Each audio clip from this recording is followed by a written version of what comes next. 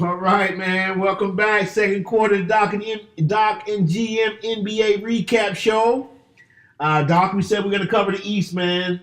Yeah. Jimmy moving from West to East. Yeah. Jimmy being Jimmy Butler, of course. Everybody knows the blockbuster trade happened today. Or I guess has it been confirmed, the trade? I am sure it's going to happen. Yeah, it's All pretty right. it's pretty official. So with that said, what does that do to the East? Let me go over the standings for you pre-trade because there's been some games that happened tonight and a lot of teams lost. Toronto, they did not lose. They don't lose too tough.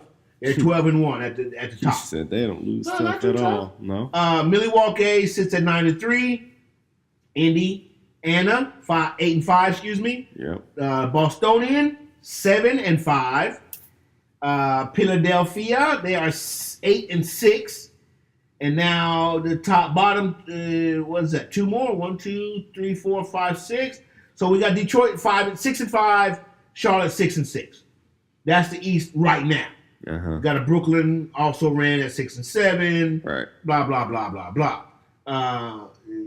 Jimmy coming to because at the beginning of the season, I think you had Philly, Boston in the Eastern Conference Finals. Yep. And Boston winning. Yep.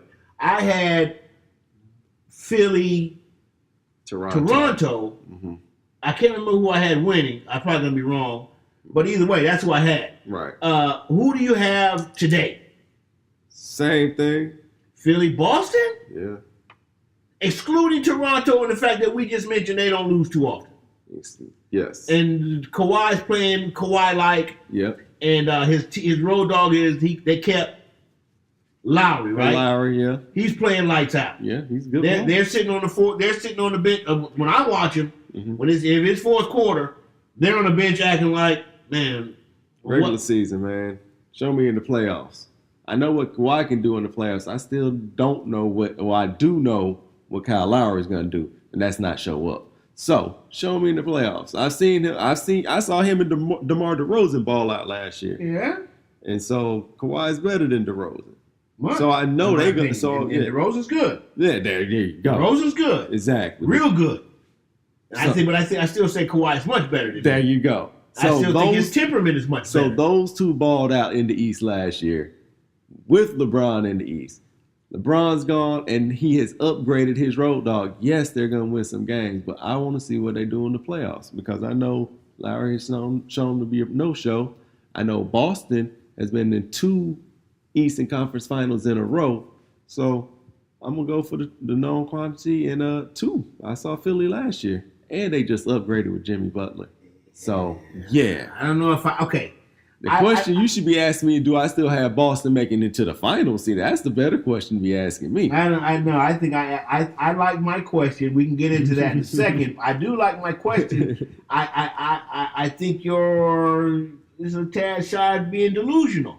Maybe. Because number one, Kawhi is that is not a Kyle Lowry led team right now.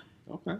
And not only is it just those two, they have a pretty good squad. They're very good. Their fringe players are playing very well. Right. They got a Danny Green and all those other guys. Right. But Kawhi, yeah, he's a steady constant. Sure. He's a Finals MVP. Sure. He's not. He had steady constants with him though. Yeah, I got you, but they don't got no Tim Duncan to hold it down and let Kawhi go Kawhi. Yeah, yes they do. In comparison to what's going on in the league, yes they do. Yeah, they got good pieces. They got good pieces, man. Yeah, they're good. Yeah, that 12-1 isn't an accident. And Nick Nurse, shout out to him because at the beginning of the season, neither one of us knew who he was. We still don't know who he is. But it seems to me he's smart enough to get out of the way and let Kawhi lead it. So I think they're going to be okay. So what I think is Boston still, as I told you, they got some things to work out. They do, but that's the thing. They'll work them out. Okay, all right. I'm gonna just change. I'm gonna keep mine. I'm gonna keep mine. Philly, Boston. Yeah. I mean Philly, Toronto. Philly, Toronto. Yeah. Now, mind you, we're totally excluding the Greek Freak. Yeah, I know. It's like Like And he they're- just doesn't exist in that, on the and they're a MVP good pace. team. They have some pieces. Yeah. We're And totally the excluding that. coach we know about. Yeah, we're totally excluding that. And now, are we excluding anyone else like a Detroit? Yes, No. we're excluding them on purpose, and rightly so. Is that what you're saying? Yep. Uh, I mean, they're going to be fun. There'll be food for the fodder and fodder for the fish or whatever for the playoffs. But they're not going to make any noise as far as getting out of the conference. all right. So the hottest team, of course, is Toronto with a 6-game winning streak. No one in the East has more than a 2-game winning streak. Other than that, most of them are on losing streaks. Right. Cleveland's on a 5-game losing. Cleveland sucks, by the way. Like, Yeah. really, really bad. Come on, man. I'm upset about that No, why? because the Hawks get their draft pick but it's like top 5 protected or something like that. Top 10. Oh, okay.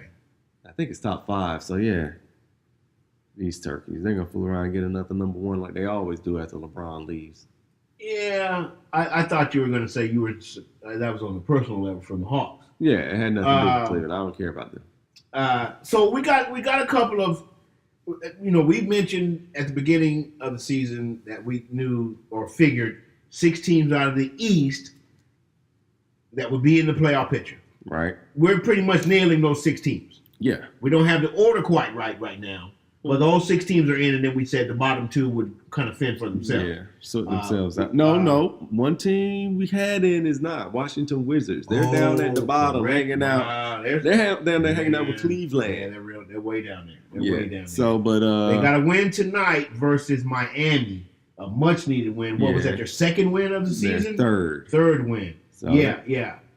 Okay, let's go there. That's a grease fire. Do they know how to put it out? Because some people don't pour water on the grease fire and it explodes. I would have got rid of the coach a long time ago. Yeah. So I would start there if I'm management. That's what I would do, because you have 2 all-star guards. Yeah. You have a good 3-and-D type young wing in Otto Porter, and Kelly Oubre, who's I might argue is even better than Otto, but they're both capable young players. Absolutely. You have a Dwight Howard now. Yeah.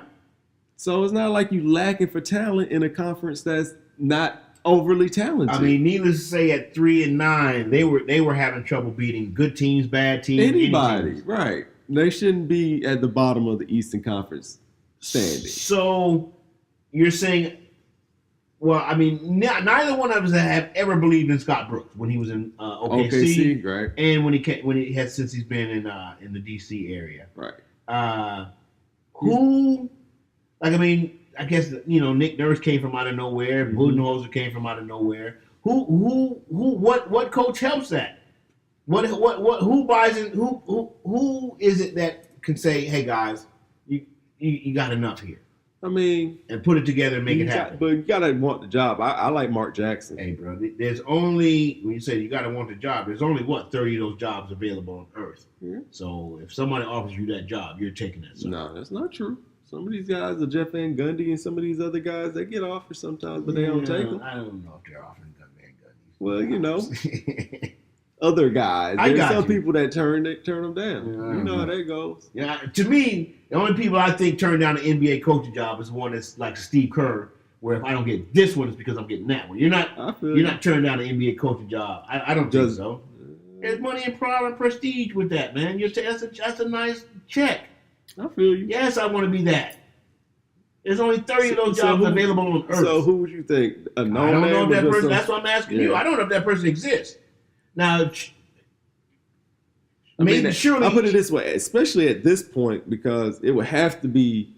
I think there needs to be a shake-up more than just coaches, is basically what I'm saying. I got you. Roster overhaul? Yeah, and blow that bad boy up. Maybe even GM overhaul. Because what are their last moves? You bring in Dwight Howard, which, I'm not a Dwight Howard lover, but I mean, he's serviceable. I'm telling you where he went wrong. He gave Otto all that money. Yeah, that was a big part of it. Yeah, you maxed out Otto Porter for no reason. Like I just said, he's a fine player. He's not a max player. But that part. Yeah, Yeah. he's not a max player. And now you got a contract you can't move because you're paying him big bucks, and he's not producing at a level that warrants that. So. And that quite possibly could be what some of the friction is in the locker room. Could be. Yeah, I mean, they word know on the street. Word on the street, there is because of that. Right. You're supposed to be the big three and look at you. Well, we know for sure. Forget word on the street. We know for sure John Wall has spoken out against Otto Porter and his production. Right.